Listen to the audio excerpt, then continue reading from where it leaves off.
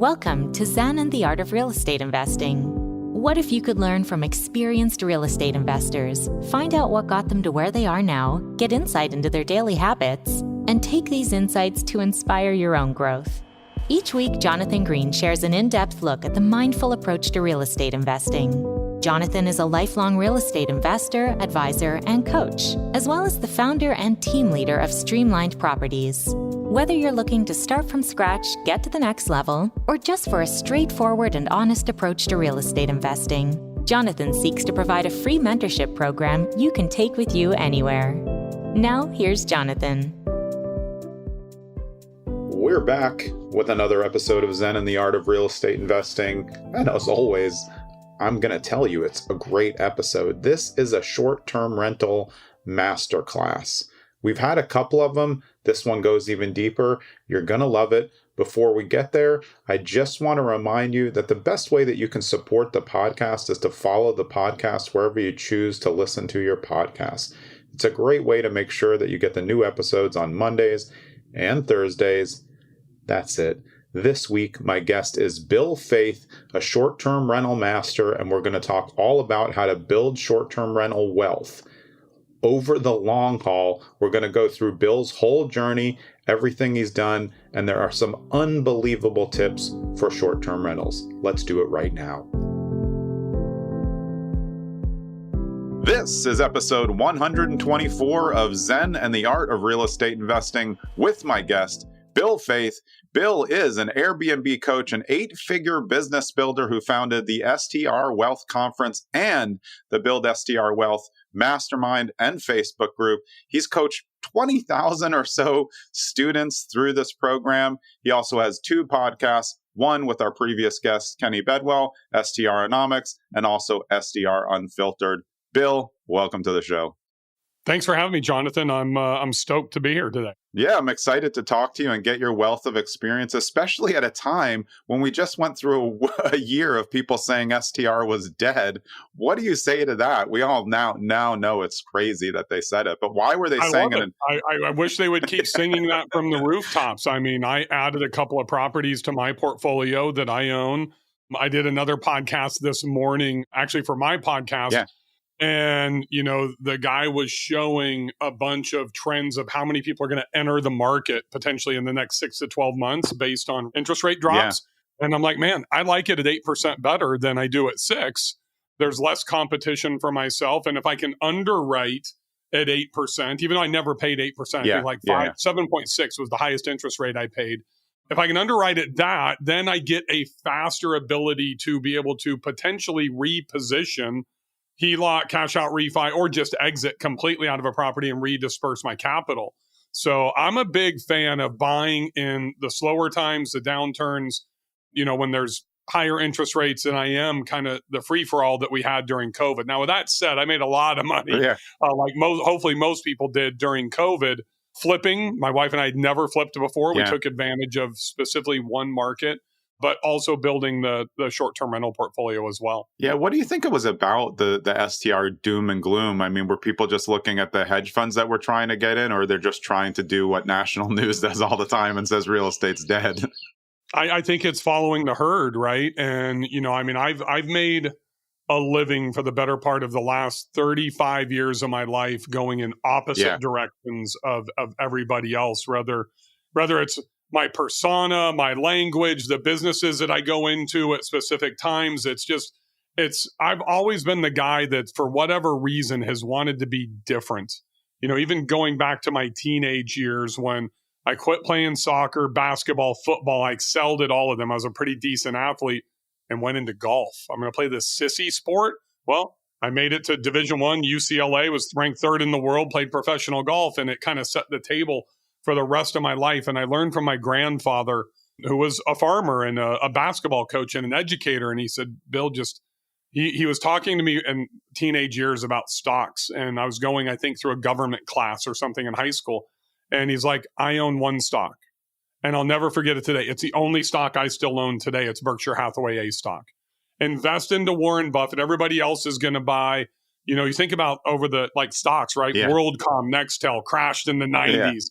The sales and loan crap that's happened, the bank collapses, Bitcoin, they're so volatile. So I've kind of looked at this steadfast, kind of investing strategy. And I think one thing that people probably get wrong about me, Jonathan, they think I'm uber aggressive and fast, and I'm not. I'm extremely calculated in how I make my investments. I think it goes back to what you said. Whenever somebody goes against the herd, people often think, oh, they're trying something new. It's like, well, no, everyone's getting scared because they're listening to kind of like rhetoric that's out there. And that's what I feel like was happening. I'm the same as you.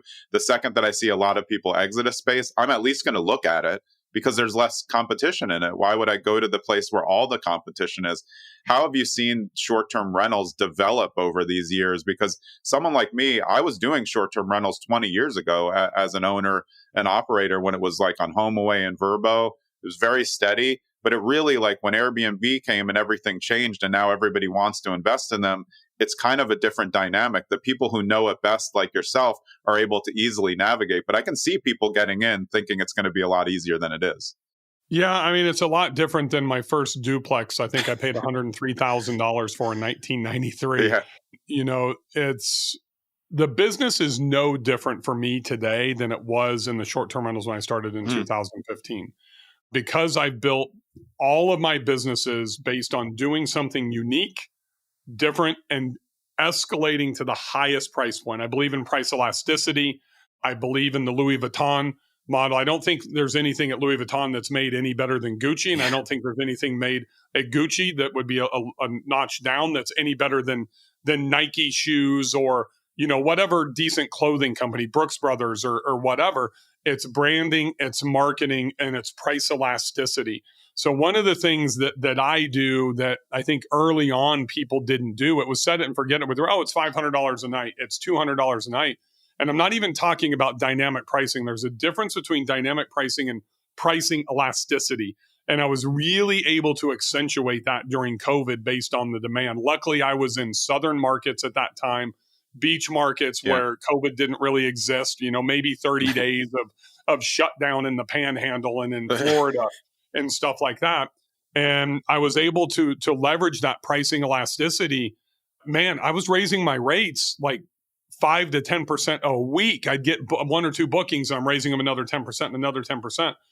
And I think people saw that, not just me, but they saw other people learning how to do that and doing that in the industry and like, holy smokes, I can do 15x long-term rent. Yeah, you can in the short term. Yeah, right. But you better have an exit strategy on the back end of when things slow down. Luckily, I've been an entrepreneur. I'm 50 years old. I'm old for most people. I started my entrepreneur. Are we old? I'm 52. I feel like now I'm just getting good. I mean, you've lost a ton of weight. I've been watching. You look great. I just trimmed mine this morning, though. So I learned at a very young age. My grandfather and grandmother, I had no father growing up. My mother was a teacher and an educator, as my grandparents were. They would come and live with us in the wintertime to get out of South Dakota and California. And them growing up in the Depression, I think, helped me tremendously. What was instilled into me, the discipline of investing as I started to invest on my own. And I only made like 2 investments before my grandfather passed away. Yeah. And he guided me through them. He's the one that talked me into doing my first duplex. Not really a duplex. He's like, hey, you made $300,000 playing professional golf. Put that into real estate. Don't leave it sitting in the bank. I didn't know anything about interest rates. Yeah. I mean, and understand, I was 19. I dropped out of UCLA after 3 months on a full ride to turn professional. So I didn't know shit about shit. Yeah.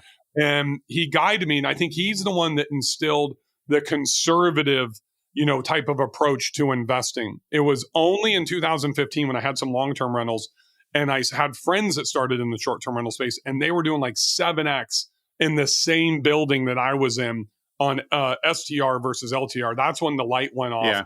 And I'm like, well, I don't want to have 100 of these.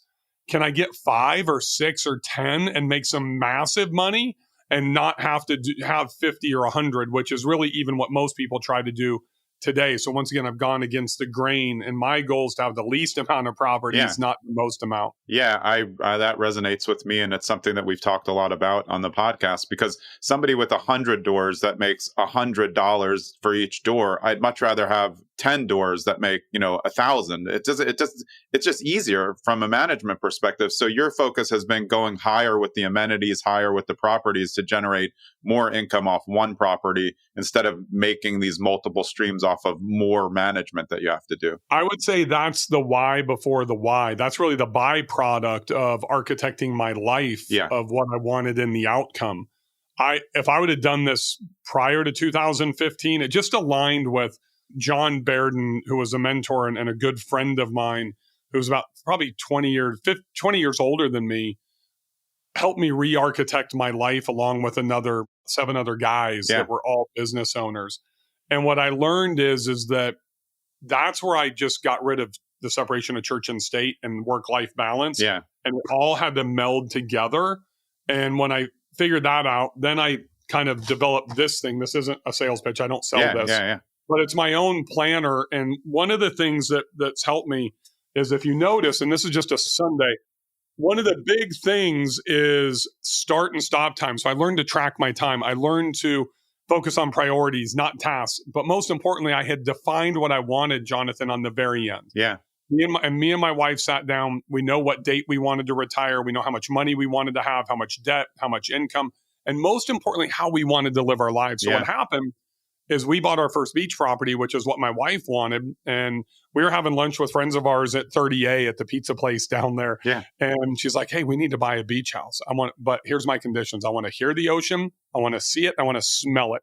I'm like, well, fuck, we can't afford to buy here, in Seaside. And this was like 10 years ago. Yeah. So we went to my friend William Wilson, who owned the Frangista Beach Inn and Resort and built about $1 billion worth of homes and condos down there, said, dude, go to Gulf Shores. You can afford the redneck Riviera. You just can't afford here. I'm like, well, thanks a lot, man. And he was right. I only had $125,000 to put down on a property. And at that same time is when I went through this whole process with John, what I now call the life plan, to re-architect my life. And it became very, very intentional. So we bought a property, tier 2, could see the water, hear it, smell it, all that type of stuff. Great decks, great views, blah, blah, blah. So that's where we turned that property that was doing $44,000 a year into $100,000 a year gross rental property. Yeah. Like, hey, you know what? We might have a thing here. We had a hand-painted mural before murals were the things, right? We did a golf cart and paddle boards and kayaks before anybody was doing that stuff. And I shouldn't say anybody. That was the go-to in 30A, right? Right. But it wasn't happening. That market, though, was always a short-term rental market. 100%. Like, people think these things. I used to go to Sanibel Island every year as a kid. We were staying in what at the time were modified timeshares, but really short-term rentals. Is the same thing. Like, people who didn't go to Florida just don't understand, like, this existed. Like you're saying, it was there. But it didn't, at that level, didn't exist in Gulf Shores. And it sure as hell didn't exist in Fort Morgan, where I started, right? So that was kind of the emphasis. People, Bill, why are you invested in the Western North Carolina? How come you're not in the Smokies? For the exact same reason, William Wilson sent me to Gulf Shores. Yeah. And I even bypassed Orange Beach, bypassed Gulf Shores, and I started in Fort Morgan. That's why I'm in Banner Elk versus being in Wares Valley making no money. Yeah. Right? Yeah. So those are the same premises, the same things that I did in my Bell Aqua bikinis, drop shipping business in the early 90s, Wild Bill's Texas Smokehouse, my restaurants, my Glow Golf business. Every single principle I have inside of my investing strategy today was born out of my grandfather and Reginald Booth, my Glow Golf partner, who was the second franchisee into Pizza Hut in 1968. And they're tried, tested, and true business principles, right? Yeah. That's it. Most people don't apply standardized business principles to their investing strategy. And if you do that, you mitigate your risk on the front end, you maximize cash flow in the middle, and you increase the variability of your exit at a higher potential to redeploy cash or take profits, whatever you want to do. It's pretty simple. Yeah. Do you think it's people, they have so much FOMO now, or they're trying to get stuff too quickly? They're not patient enough. So they're trying to do these, get rich quick schemes instead of, like, exactly like your grandfather would say, one stock. This is the one that we're going to turn around in 10 years. It's going to be worth this, and it's going to keep being worth that. Do you think that's part of the problem with social media is crazy? Everybody thinks everybody has 10,000 doors when they obviously don't. So they get caught in the cycle of trying to do too much too early. Yeah, I agree 1,000%. So I built a program called the 550-250 program. And a lot of people are not interested in it because they don't want to take 5 years to make $250,000 in net income, not gross. Yeah. I can get you to, give me $100,000. I'll get you to 250 gross in, 12 to 18 months. But they're not patient enough for that. And that's the tried and true tested way to have one reposition in 5 properties. Yeah. And I think people right now today, John, are trying to get in. They're trying to potentially get in before the flood happens, which I think is already kind of happening. And I don't think there's going to be a flood. I think you're going to see the water level consistently rise over the next 10 to 12 months. Yeah. But I think they're making bad decisions now. They made bad decisions to exit when the downturn was going to happen, and that really never happened. Yeah. They made the bad decision when they got in 21 or 22 because they didn't have a coach, a mentor, or education, and they bought that bad 3-2 in Wares Valley and just outside of Pigeon Forge. That's just a regular place. Right. The regular places are the ones that are struggling right now. Absolutely. People you hear it all the time. They use the word saturation. Sure, there's more properties in the STR world. There's more properties in the LTR world. There's more property, way more. I think the MTR is more saturated than STR, to be honest with you. But the saturation is of the mid-level, the 50th percentiles in the average locations and average proximities. Yeah. If where I'm at, I haven't been affected at all. I mean, I was up 8% in 23 over 22, where most people were down 15 to 30%, right?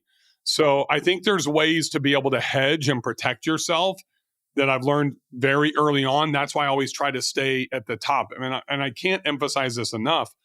Our glow-in-the-dark miniature golf business, we started at $8 when we had competitors come in. We created the industry. We were charging $18 to $20 when they were charging $8 or $9. Yeah. Ground transportation space. I had a $10 million limousine and motor coach company. An airport transfer for Uber was $37. I'm still charging in a sedan 93, almost 3x, 2.5x what they're doing. Same thing is happening in the real estate investing side. I'm in motels too. It doesn't matter if it's in boutique motels or if it's in, single family homes. Our motto, our credo, our plan of execution is exactly the same. We want to be up here. Right. I mean, I'm sure you make a pretty good living, and I do too. You know what? We're not going to, if we take a 20% hit, or any doctor, you look at somebody making 7-figure, probably about 600, 700,000 or higher. Mm-hmm. If they take a 10% hit to their income, they're not eliminating that family vacation. Right. If, the plumber, the electrician that's making 125, 150,000, wife might be making same, maybe they're making 300,000. They take 20% hit. They go from 300 down to 240. Yeah. That is significant. Yeah, absolutely. Significant. They might go from a $15,000 vacation to a $3,000, weekend getaway, or they may not go. So there's this way of insulating. The second component is I am not in any fly-in markets. I am in drive-in markets everywhere. And then people come, well, you're in Whitefish, Montana. That's like almost a candidate. Yeah, no shit. It's 67% drive-in to Glacier and to Whitefish, right? So that's another part that kind of insulates too, because psychologically, if we do have a 2009, 2010, oh my God, airfare, I'm just going to drive someplace that's going to be closer. If that did happen again, that will benefit places like Gatlinburg, like, Western North Carolina, where you've got 26 million people that can drive there, within 5 or 6 hours. That's part of the deeper research, I think, that most people aren't doing. And that's where it's much easier for them to swing and miss. Yeah. And I think to a lot of stuff you said goes to something I've talked about with other people on. It's really like, this is a hospitality industry, but you're taking it absolutely to another level. Like, you're like me. I just want to be the best at whatever I do. I want to provide the top experience for someone, and I'm okay charging an amount that represents that top experience. I don't want to go down, on our market real estate. I'm not going to reduce my commission. I don't want to. I'm worth more. And I think that the more that you do that and stay true to that, and then also, like you said, know the research, find the properties that can be enhanced like that.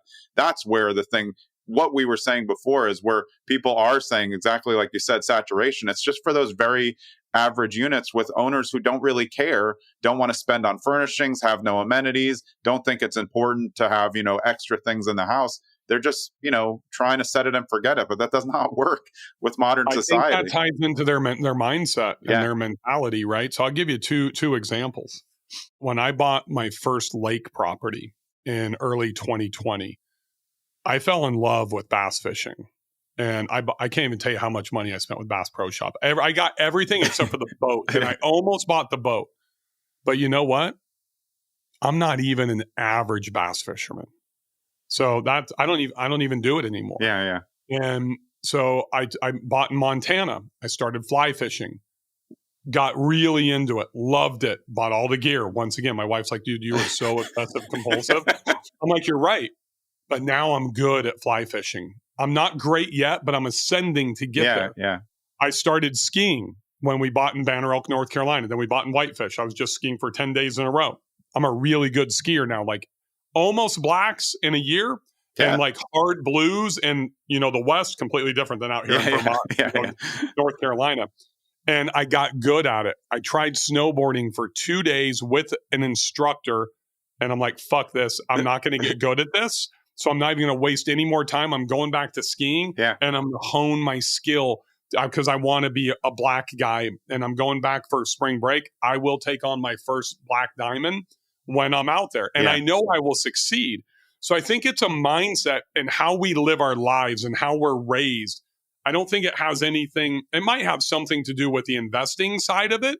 But if I'm not going to be really good at something, I am not going to do it. I think people that have that similar mentality are the ones that can ascend a little bit better than the ones that have just settled, for whether it's an activity, whether it's a hobby, or whether it's investment, kind of in that middle zone. Yeah, I think that's kind of like a lazy behavior. It's just, well, let's make it easy, but easy is never great. So you can just be good. And I just read something the other day that it was something about, your willingness to just be good is the eventual failure, because it's always going to just be fine. But that's not going to uplift you and like uplift others around you and motivate people or even grow your income really to just be good. It won't even be steady. Yeah, I mean, all these people, today's about shortcuts, right? Let's use AI to write our emails, to write our listing descriptions. Hey, go for it. I encourage all of you to do it because that's going to help me make more money because I take the 2 extra steps to do it myself. I've never used AI, not once. I tested it twice, and then in our industry everybody's using it for everything. I'm like, I can tell right away when it's AI. Like, I was watching something on your social media the other day, and it was a welcome visit video face to face, and Kenny and I talked about too. It's one of the greatest things that I think, and I'd love to talk to you about it. The connection between the short-term rental guest and you as the owner shouldn't be like messed up in the middle, like by you saying like, hey, welcome to the property. And then by making these videos that a lot of people are doing, but following your lead, like these are the things that help connect people to the property. That means they're going to come back every year. And that's just a much higher level of service than other people would say, oh, well, I don't have time, to make a video. Really? I mean, you're looking on social media. Why can't you just make a video and send it to them? So tell us a little bit about that, because I think it's a genius strategy. That was a 27-second video that I did. I was with Chris, my COO. We were in Montana. It was our last night there. We're having dinner. I'm just looking for a glass of wine, and literally, boom, popped up, just like that reservation that just came in on Airbnb. Yeah. Ironically, and I didn't know this until I posted it on Instagram and in my Facebook group, that I didn't correlate the lady's name was Wendy, because Wealthy Wendy's my buyer persona. And then people are like, oh my God, did you manifest Wealthy Wendy? Yeah. I'm like, I didn't even know. So we're sitting there. I'm like, hang on, Chris. And hey, this is Bill. Wendy, thanks for booking Sunset Point. I'm really excited. No, actually, it was Elk Lodge. Was it? I can't remember. I think it was Elk Lodge. Thanks for booking Elk Lodge. Yeah. I look forward to hosting you. Blah, blah, blah, blah, blah. 27 seconds, customized for her. Literally go into Airbnb, hit text message. It pulls up her cell phone number, and I send her a text message. And I just typed in, I forgot what I said, but hey, Wendy, just wanted to make you this short video and introduce myself. Yeah. Look forward to hosting you. Please let me know if you have any questions, and a couple of emojis. So just like I would be sending my 18-year-old daughter or my wife, right? So it's really personal. This comes from my sales training background. And a couple of things happen. I use strict cancellation policies on all of my properties. So that means that Wendy had 48 hours to be able to look for something else and cancel. So for me, Wendy's not a client. When she books, Wendy's a highly qualified lead. Yeah. She is still a prospect. So now I'm hopefully building trust. I'm building rapport, and I'm doing something that nobody else is willing to do. Yeah. I literally have been doing this for the better part of 3 to 4 years with the video. I used to do it in my limousine company when someone would book, and I would want my chauffeurs to do it. So when you fly into Newark or Philly or LA, you can recognize your chauffeur and you don't have the crumpled up, ugly Sharpie. Hey, Jonathan, right. You know, when you walk in. So I did everything. I've always done it to that level. But the deal is that also is the first step in my 200-day marketing funnel, my direct booking funnel, right? So if you miss this step, you don't build rapport, you don't build trust. It's just, keyboard banging back and forth via, messenger. So there's this omni-channel kind of multiplicity of effects that happen here. Number one, I'm building rapport. Number two, they're putting a name with a face. 3, it's very personal. I talk about, and every single time that I do a video like that, I always want to tell them that this is a family-owned place. So I own and co-host as Bill and Bria. Yeah. I do not own and co-host as Kiva Vacation Rentals. So I'm going to give you guys a pro tip here. Nobody gives a shit about the name of your management company or co-hosting company. Not even they a little give bit. A fuck about it. They want to know about who's taking care of them, human to human. Of course. So there's never, ever a mention of Kiva Vacation Rentals, ever. So now, because I build rapport trust and I send like 7 communications to my guests before they check in, I'm earning the right to fail, or at least earning the right to recover when I do fail. Great point. And I recently, Jonathan, our cleaners are amazing. I have the best, whatever. Everybody says that. They all make mistakes. I had a guest check in a few weeks ago, and there was literally a pair of tidy whities hanging on the clothes rack behind the door in the master suite. Yeah. And there was a wet towel left on the ground along with it. I see that picture sent to me in Airbnb. I am fuming. There's literally smoke coming out of my ears. And I immediately screenshot it, send it to my cleaners, WTF, all caps, ? Easy breezy is the name of the property. I get back on. I literally don't message the guest. I call him. I think his name was David. David, this is Bill. Hey, Bill, how are you? I am mortified. He's all, dude, don't worry about it. He's all, I get already from how great this place is, how clean it is, all the communication, the recommendations you've given to us. Yeah. I already assumed this was not standard. I just wanted you to know. Yeah. I said, dude, I didn't say the F word, but I'm fucking freaking out right now. Can I buy you lunch? I'll get my cleaner over there. We have a 24-hour cleaning guarantee. So we've already put it in the trash. Everything's cool, right? So now I look back and I think about David. I should have asked him. I didn't, Jonathan, but what if I would have just sent you a check-in message and I didn't send you the video? Yeah. And I didn't send you the restaurant recommendations. And I didn't tell you where the 3 best sunsets are between Fort Morgan and Orange Beach. And I didn't tell you why my daughters and my wife love going to the Gulf that you had never been to before. Yeah. Would you have reacted the same way? We both know he would have been way more pissed off. 100%. Yeah.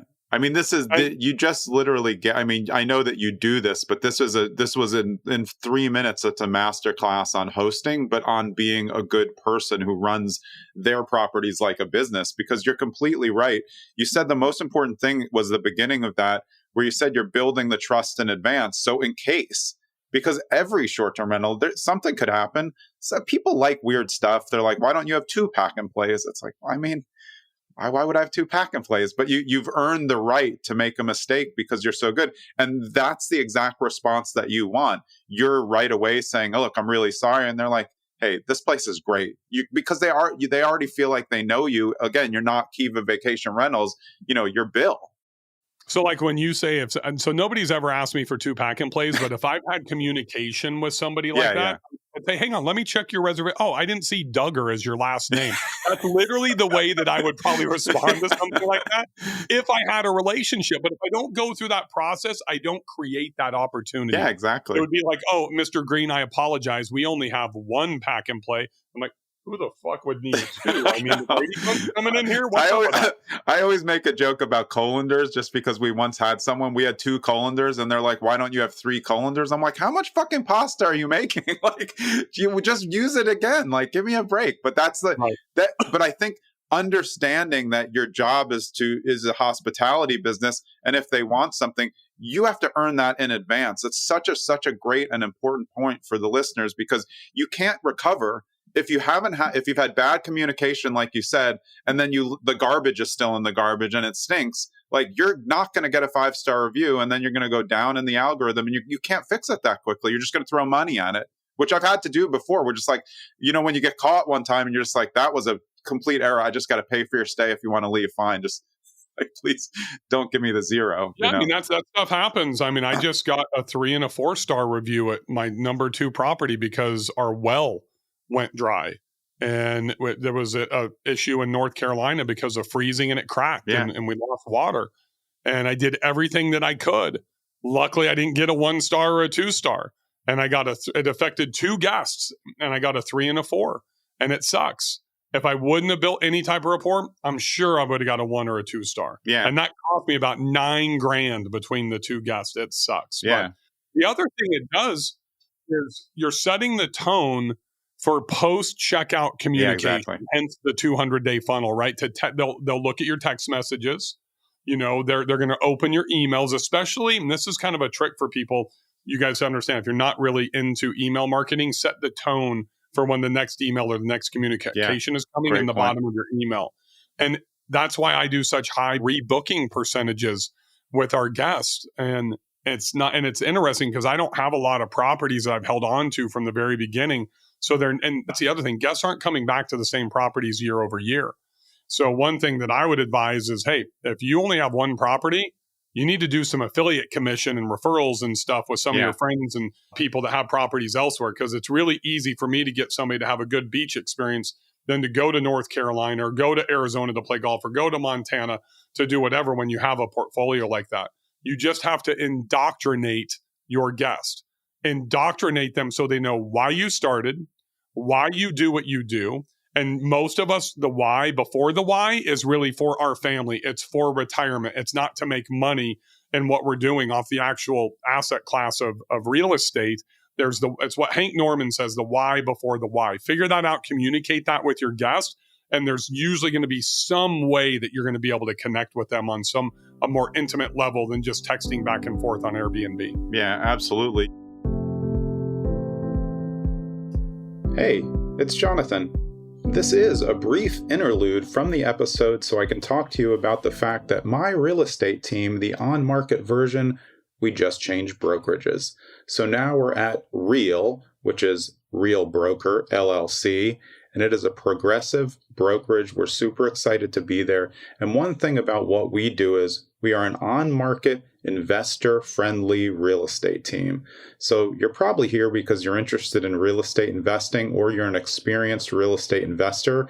We work with hundreds of real estate investors because we are focused on understanding investor dynamics. 99% of real estate agents don't understand what investors are looking for. We do. It's my background, and I bring it to my team every single day. So if you are looking for investor assistance in the state of New Jersey, we have you covered. Parts of New York, good. A little bit of a part of Nevada, all good. Also, if you don't know an investor-friendly agent in your area and you need help, just reach out to us. We will connect you. We have investor-friendly friends who are agents all over the country. Let's get back to the show.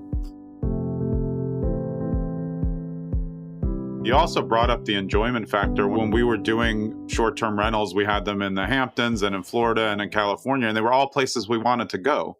I mean, I think people got into this like only business mindset with short-term rentals, when the best thing about short-term rentals is that you can use them whenever you want. So you get them in places that you'll also enjoy. Like you said, this is how you get to some hobbies that you keep and some hobbies that you get rid of along the way. But what's the point of having a beautiful property if you're not actually going to go to it yourself? I mean, this is like the plus of having short-term rentals. I agree. It's kind of interesting. So I have clusters of properties in markets that we invest in, and it all starts with a market that me and my wife want to spend retirement years in, part of architecting our life plan. And then that it's always the biggest property first, for it just happens that way. And then we decide we don't want to stay in the big property, so we find something smaller for us, to where like, and Gulf Shores. The big property is my 6'4" that does $350,000. The smaller one is the 3-bedroom beachfront property in Fort Morgan. So when we go, well, now we go to the big one because our kids want to go, but once they're gone, we pick them out, then we'll go to the smaller one. Same thing that happened in Banner Elk. We bought the big one. We loved it, but now we just bought a smaller one. Then that's the one that we'll go to. And Arizona, same thing. Lake, same thing. Montana, exact same thing. So it's one of the strategies that I learned from Reg Booth, who was my partner in Glow Golf. When he was starting in Pizza Hut, they would cluster 3 together minimum in a market. And I've kind of taken bits and pieces of that strategy. And I remember I asked him when he finally retired, probably about 6-7 years ago. And I said, how much money do you think you saved off never having a general manager in a location? They had a regional over 3, and then they had a district underneath him. And so basically they're getting 2 for 1 on the internal manager, right? He's like, we were probably paying about $30,000 a year for a manager in 1968. And those escalated to be about $65,000 to $70,000, in the early to mid 2000s when he decided to retire. He's like, we probably saved a couple $100 million. He had over 200, at that time. At those scales of economy, they become huge. So that's one thing that I look at, and I see a lot of people that are going to want to use these properties, these lifestyle assets. So I would highly recommend that you have multiple clusters. I don't do more than 3 in one market. I don't want to get burned in a forest fire. I don't want to get burned in a hurricane, any of those types of things. And a lot of people don't consider geographic location as cash flow diversification, like having winter markets and summer markets. I see so many people that load up in a summer market. And then, they struggle through the winter months. Yeah. I mean, clustering has been a big part of my coaching for so many years because I feel like you can do it with your friends. You can get 2, your friends can get 2. And then if one of you sells one, you just created a comp for the other. So you keep pinballing back and forth. And in the short-term rental game, it's even more important because then if something goes wrong with one property and you have 2 and you have another place where you can put them, like you have a kind of built-in backup plan just in case. Hopefully they're all booked all the time, but sometimes they don't like a property and you say, actually, we have one, there's one right here. It's actually open for 2 more days. You can get those 2 days.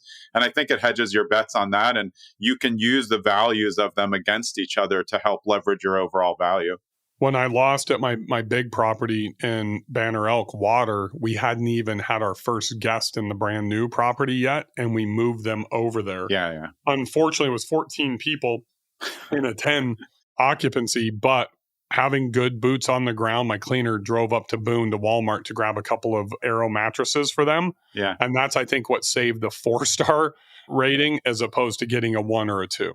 Yeah. And I think it's important, though, also to acknowledge, like, you can't get all 5 stars. That's also not realistic. Like, everyone says, like, you don't really want a 5. Like, I remember, like, I got like I had like, all 5-star reviews over the podcast. And then like one jackass just came in and put in a 1 and they're like, no, it's better. Look, it's better when it's a 4.9 because it's realistic. Yep. I don't buy anything from anybody on Amazon that's, I've got 400 5-star reviews. I just call bullshit and move on to the next one. Exactly. That's all those bots from India that are leaving those reviews. Yeah, but another thing, though, I was thinking of, when something does go wrong and they do leave a poor review, you can respond to it. And the good hosts like yourself are going to respond to it kindly and say, like, I'm really sorry for your mess. And then when you look at other people's, all the responses are the same. I'm really sorry that you had a bad experience. Please contact customer service. You're like, well, there's no one wants to stay there. They can see all the replies. Reply. Yeah, exactly. I mean, it's the thing with modern marketing. It's, do you want to be a personalized business? Like you said, were you reminding people like, this is a family business. We buy these, we stay there. We love the area. It's just about like, if you're giving them all the best places to go, which we used to do, like, again, like you, well before anyone did. We had at the time, low internet. We had a guidebook. This is how to do it. We had how-tos for everything. They still couldn't figure this stuff out, but we at least could say like, hey, did you try the guidebook so we can save before we send over the manager? Well, I want your listeners to think about the last time you rented a car and think about where you park it, how you drive it, what you do with it. Because that car is owned by Avis or Hertz or Enterprise. There is zero human connection to that. So you could give a shit about that car. You do not. I don't care how much you respect somebody else's property, you do not take care of that rental car the way you take care of your own. Of course, so there's a reason that Bill and Bree are the hosts. There's a reason that in all of my messaging, there is something related to something my family likes or that we want you to avoid, or there's a mention of my daughter's favorite this or favorite that. Because when you're dealing with the higher end luxury rentals that I do, it's typically families, very few corporate events and stuff like that. Now, motels are different, but that is really the onus is being put onto that wealthy Wendy that books or wealthy Walter that, hey, this is a family deal. This isn't Vacasa. This isn't Evolve. We feel that we get our properties taken better care of because of that, right? And that lowers our maintenance costs. Not even really maintenance costs. It's really what I would refer to as minor damage cost, to where they're cleaning stuff up. You know, they're grabbing the magic eraser and scraping the scuffs off of the wall or the baseboards. I mean, that's the stuff that me and my wife do, when we go stay in a property because we want to leave it. I mean, it's funny. I just flew home from Montana with Chris, and we always take the 6:00 flight. So I'm up at 3:00 in the morning, trying to do laundry, get loads in and done and folded towels and just making sure the last thing I want is to be a bad guest for my cleaner. Right.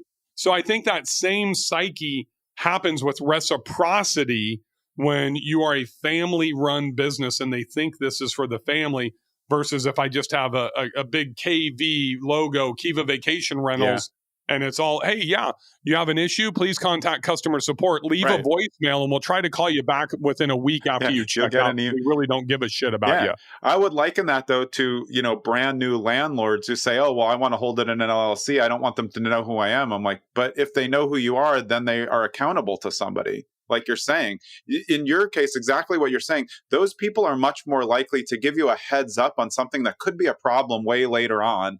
Like, hey, the exhaust isn't working in the bathroom. Maybe your cleaners aren't going to check that, or they're, you found like a bunch of ants in one area. Maybe they're just not there. Those people can save you a separate review way later on, just because you've built a rapport, you have those 7 texts up front, you made sure to check in with them. They're going to try to help you. And I agree. And I'm like that too, as a guest too, because I know the game. I'm trying to tell them, hey, I try to give them advice after I stay in one, because I haven't stayed in a hotel in 20 years. I don't like them. They don't feel personal to me. But I'll always say, hey, I think you would do better. You have a little too many snacks. I don't know how old they are. So, cut it down a little. I think people appreciate that. So it's funny. I'm the opposite of you. I never stay in short-term rentals because I think the demise of our industry is the lack of consistency. Yeah. So I am a Marriott and a Hilton guy. I'm mainly a Bonvoy Marriott guy because I know exactly what I'm going to get when I get it. They're going to give me a brown bag. I'm going to get a granola bar, a couple of bottles of water. Yeah. I know exactly the room consistency. I know what's in the bathrooms from shampoo and all that type of stuff. I think that's actually an issue with our industry, specifically if you're in urban markets trying to compete with those type of hotels. But you said something about the LLC.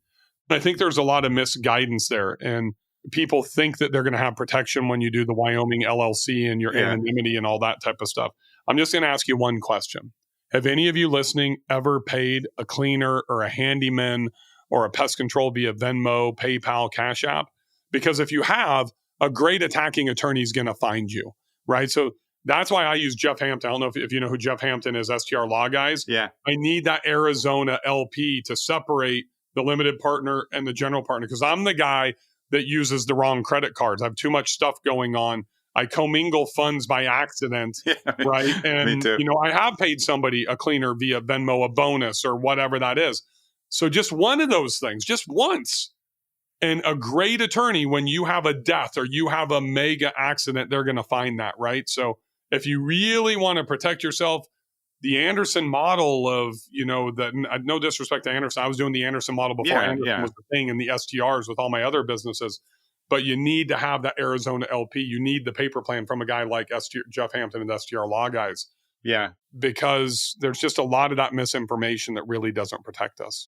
Yeah, and it's a litigious society. I mean, America is just like that. So you don't know when that guest seems great and they're going to come all of a sudden with a slip and fall type of situation or some other issue. It's just part of the way that the world is. I think businesses worry about it. But look, like we're saying, a lot of people are doing short-term rentals or they have rental properties and they're not treating it like a business. And that's really the failure. The good kind of business, the hospitality business, the one that cares about their clients and wants them to return and wants to make sure that their stay was great, not an automation that says, I hope you enjoyed your stay. Right. Like, we know that that's fake. And I think that's why you can do what you're saying. You can charge more, but those people are always going to look back where, like you said, they're going to say, hey, what other markets do you have properties in? Because I want that high level of service in another area.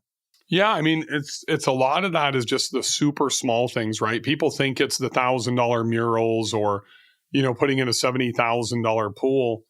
I have a brand new condo I bought at the entrance to Glacier National Park. And I hadn't been back since my wife had been there to kind of finish everything out. And I took a video, posted the game room, which is the flashy thing, right? But like the small things that stand out to me when you don't have space like that, is she put like a really small credenza or hutch or whatever in the master suite next to a chair. Yeah. With a coffee bar for two people, right? Like with K-cups, a drip, we use the Cuisinart all-in-one. Yeah. All that stuff. And just a little note that says, hey, check out the view outside the curtains. Pull the curtains back, grab your cup of coffee, go sit out on the deck and look at the mountains and the sunrise. Those little things. I mean, literally putting, nickel chocolates on the pillows of your beds, which was started by motels that almost no place does anymore. Yeah. That stuff goes a long ways. I mean, I would love to have data to know how many people are doing a welcome gift versus not a welcome gift in our industry. It makes such a difference. I mean, I can just say as somebody who stays in a lot, when I know that they've paid attention to me and that they're trying to do something, and you just know, it really does feel good when you walk in and there's like a big welcome basket and then here's the best restaurants. That's important because if I'm there for 3 days, I don't want to eat at a bad restaurant and I don't trust Yelp. So I'd rather say hey, these are verified. I always look at those and I do exactly what's on there. I agree. We had a mastermind member named Mike Clinton that went to stay in an Airbnb with his family, and he posted a video in our private group probably a year and a half, 2 years ago.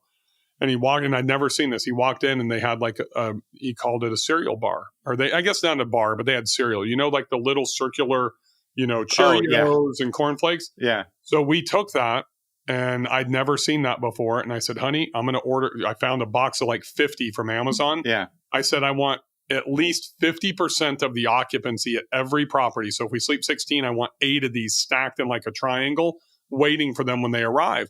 You think about what kids will eat anything, right? So it's and most of the time, I'm guessing it's not used for breakfast. It's used for when they arrive after they've driven, to the property. So now that's a standard staple for us. And this is the thing that I love about these podcasts and all this stuff that we do is you can pick up these nuggets. We started a waffle bar. I was literally at a boot camp 2 years ago. I have 100 people in a boot camp. And I kind of started the coffee bar in 2019 in public. I'm not saying I created it, but probably the first person to make it public. Yeah. And branding it and doing all that stuff. And somebody said, we do a waffle bar. I said, I'm fucking stealing that. And it's going in tomorrow. Yeah. I'm texting my wife on stage as I'm running this boot camp. Waffle bar, genius idea. Yeah. He puts one in 3 days later down at our lake house. And it's a hit. And it's inexpensive. We're talking $10 to $20 small waffle makers and these mixes. And those little things, guys, if you're single and you own short-term rentals, just little pro tip here, you got to have tampons in the bathrooms for the ladies. Yeah. Right. If you don't have tampons, if you don't have that's a zero review though. All of these things are just things that people aren't thinking what do I need when I stay there? What things have I needed? You need everything. As a marketer, we fuck everything up. We want, that's a quote from Gary Vaynerchuk. Marketers fuck everything up. When I was in the limousine business, I had a lady named Dee Patel. She was the rooms manager, now the general manager of the Hermitage Hotel in downtown Nashville, the only 5-star, 5-diamond hotel in the entire state. And I had to go put all my chauffeurs, myself through training for them. And I remember one day I was in there chatting with the concierge, Miss Vicky, which was the only clay door concierge in the state of Tennessee at that time. And Dee was standing there waiting to jump in and have a conversation with Vicky. And one of her staff walked up and said, "Mr. Faeth, can I get you a coffee or a cappuccino?" I said, "No, I don't. I just drink Diet Coke, but thank you very much." She walked off. Dee and Vicky and I engaged. 2 minutes later, she comes back with an ice cold Diet Coke. Yeah. I'm like, "Oh my gosh, I didn't expect that. Thank you so much." I'm the vendor. He didn't know if I was a vendor or if I was a guest or who I was. It could have even been an employee. I looked at Dee. I said, "Wow, that's amazing." She's all, "That's a +1." I said, "Well, what the fuck is a +1?" She's all, "Every one of our staff members is required to deliver a +1 to a guest and a fellow employee every day during their shift." Fellow employee is a nice touch too. It's great. It is. It's awesome. And I said, "So define what a +1 is." She just got me a Diet Coke. It is that they're doing something to make your day better that is unexpected. Yeah. I said, "Wow, that is no reward. There's no reward." 100%. Yeah. So immediately I was in the limo business. I was hosting a conference with like 400 people. A few weeks later, I implemented the +1s and taught them about it. I implement the +1. So we have like the Master Sweet Coffee Bar at our Glacier Getaway is not in our listing. That's where marketers fuck everything up. You put it in your listing. There's nothing unexpected when you get there, right? So we had our very first guest at our Banner Elk property after the water people had to stay there. And we had added video. We did it so fast, like in 4 days, we went to listing and we had our video games delivered, afterwards. And we had those installed. And he's like, "I didn't know you guys had video games. My 10 and 12-year-old were just blown away that you had an arcade, inside of this, cabin that we stayed in. Thank you so much."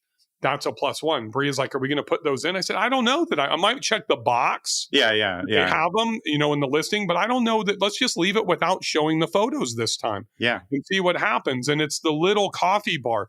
It's the tampons and the flosser and the extra toothpaste and the toothbrushes that almost never get used because people plan for it. Right. But having it there, just having it, the $3 of the cereal cups stacked on top of each other. Those small things are what make the difference. Yeah. And like you said, I mean, especially the more remote you get, it's not like you were saying it with the cereal when you get there. Like the last thing you want to do just when you arrive at a property, if you're late, whatever, kids are yelling, you don't want to have to immediately go out and just get groceries or snacks. Like that's the worst. The kids are screaming, you need to do it. And you don't want to find out at 11 o'clock that there's none of those supplies in the bathroom that you might need and you forgot. There's nowhere to get it at some locations. So you really have to think these things in advance and have enough stuff there to direct them to where there's going to be something that can help them. I think those are invaluable, and those are people will remember that for a very long time. 1,000%. I'll give one more pro tip. If you're in the Northeast or like from North Carolina up where linens have not always been standard, and there's still places today. I've got a mastermind member that owns mega places in the OBX. And he still charges for linens. If you don't order linens, you just show up and there's no fucking linens. Oh my God. Right? But that's in North Carolina and like up in Vermont and, Maine. Yeah. That's still very common. So one thing you should do, in my opinion, if you're in the East Coast and unless you're in like a New York or Boston, an urban area, you need to put a picture of your linens and say that linens are included because some people, especially old school, like you mentioned HomeAway earlier, HomeAwares, people in their 60s and 70s, that is a value add for a lot of people. That should be in your listing and that should be part of your marketing, specifically in that geographic area. Yeah. Before we wrap this up, I just want to say one thing that I've noticed about you that I think listeners need to take with them if they want to get into this business is you're very clearly somebody who finds things that other people are doing or gets a good idea and immediately implements it into things. And I think that's so important. I think it's what too many people do. They'll go to the conference, like you guys just had a big conference, they'll learn all the stuff and they'll go back and they'll just do nothing. It's like the people who succeed are continually implementing, testing things. And you seem like someone who, hey, that's a great idea. I'm going to do it tomorrow. Now there's waffle makers.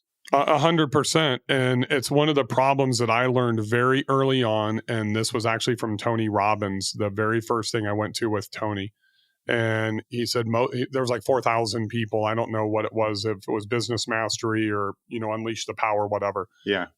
And he said 99% of you are going to go home tonight when we're done tomorrow.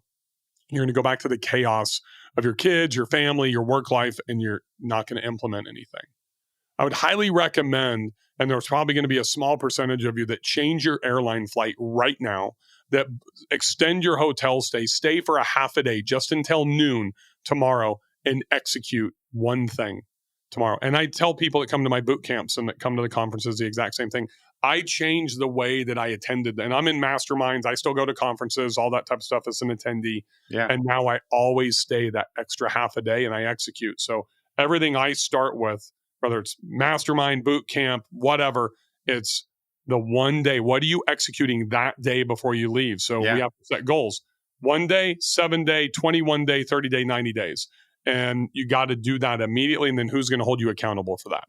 Yeah. And if we do that, then we'll get stuff out of it. But you're right. We just had 2,500 people in Nashville at the STR Wealth Conference. I will guarantee you that at least 75% of them to 80% of them have not implemented one thing that they learned 2 weeks ago. Yeah. And I always say it. Everyone says, like, why do you share all your secrets on social media or tell everybody? I said, because I know nobody's going to do it. I mean, they're just not going to. You can, like, we're not reinventing the wheel. Help us make more money by leveling up, right? Yeah. Yeah, it's unbelievable. Awesome. This has been amazing, Bill. So tell everybody where they can find this, which I think is so important, STR Wealth Conference, which just happened, and then the Build Short-Term Rental Wealth Mastermind, which is just going bananas. So give us a little info about that and where they can get in touch with you. Yeah, I mean, you can see my Instagram down below if you're watching this. It's Bill Faeth 73.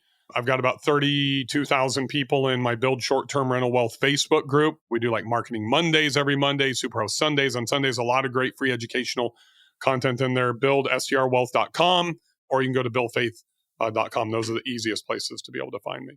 Yeah, awesome. Well, this has been a complete masterclass. I really appreciate it. I'm glad to personally meet you. I had Kenny on. He's like, I knew I was having you on. I'm like, I got to get this. But I mean, I really feel like somebody could listen to this episode and realize that they're doing things all wrong. And all they have to do is change it tomorrow to start the change. And the trajectory of the different money that they can make by turning it more hospitality and more amenities based and putting these things into play that you just gave us, this next year could be an entire different money story for them, and then lead to obviously the opportunity for more properties. So I really appreciate the time. Can I drop one more nugget for your please. guest? So here's what I would tell you. So I don't use ChatGPT to write copy. Some people have stole this from me, and I love it that they're spreading it around. Literally take your top, if you're already a host, take your top 3 competitors and literally go copy and paste all of their last 20 reviews and put them into ChatGPT and give the prompt to ChatGPT. ChatGPT, give me the top 3 best things in the reviews and the worst 3 sentiments in the reviews. Then do the same for yourself, right? And put those results in a spreadsheet, and you're going to see the separation, good and bad, between you and your competitors. I've been doing this since ChatGPT came out. I do it every 90 days with all of my properties, all my competitors. It's one of the reasons that I added cabanas into my number 1 property in Gulf Shores last winter. Number 1 reason that I've made updates to other properties, because I see that they have things and the guests love it. So then I go and I implement, or I also learn what maybe I'm not doing so well, and then I can upgrade that skill as well. Yeah, that's so important. And that's a difference between good and great. You know, you can be doing okay and the money's steady, but why don't you want to go to a higher level? People get a better experience. Agreed. Awesome, man. Well, it was an absolute pleasure talking to you. I look forward to staying in touch. I'm going to hop into the Facebook group. I can't believe I'm not in it. This thing's going to probably be off the rails. So Shame I'm on going you. Right in there. Yeah. Thanks for having me, Jonathan. I really appreciate it. Yeah, I really appreciate it. All right. That was Bill Faeth. I'm Jonathan Green. We'll see you next episode. I hope you enjoyed that episode of Zen and the Art of Real Estate Investing with me, Jonathan Green. And I just want to remind you, and this is always an uncomfortable part, I don't want you to think that I'm begging for you to like, subscribe, follow, do whatever you have to do for the podcast, leave a 5-star review. But if you like the podcast and you think it adds value in the real estate investing sphere, then just do me a personal favor. Like the podcast, follow it, share it when you can with your friends, and be so kind as to write a 5-star review if you believe it deserves a 5-star review up against what else is out there. I would really appreciate it, and I hope you keep listening.